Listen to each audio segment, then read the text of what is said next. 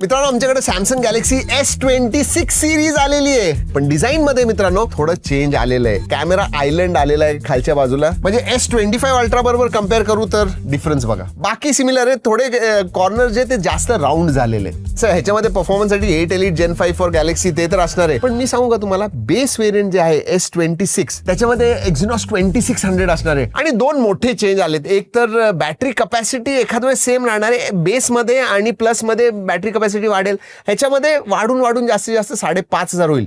पण fast charging आले, 65 watt charging आता तुम्हाला S26 अल्ट्रा मध्ये मिळणार आहे आणि 45 वॉट चार्जिंग तुम्हाला बेस आणि प्लस मध्ये मिळणार आहे. अजून एक चेंज सांगू का, म्हणजे डार्क कलर आणि सिल्वर कलर तर येणार आहे, पण एक ऑरेंज कलर येणार आहे, ऑब्विसली इन्स्पायर्ड फ्रॉम समवेअर.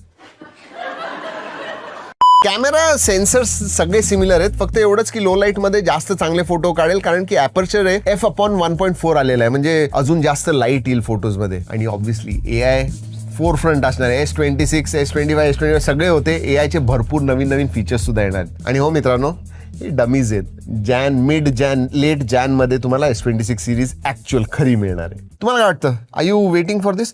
मला एक प्रश्न विचारायचा, ह्याची प्राइस काय असणार? कारण की सगळ्या फ्लॅगशिप फोनची प्राइस वाढलेली आहे, ह्याची अजून वाढून किती वाढेल? आणि अशा व्हिडिओसाठी सबस्क्राईब नक्की करा मित्रांनो. Do it right now.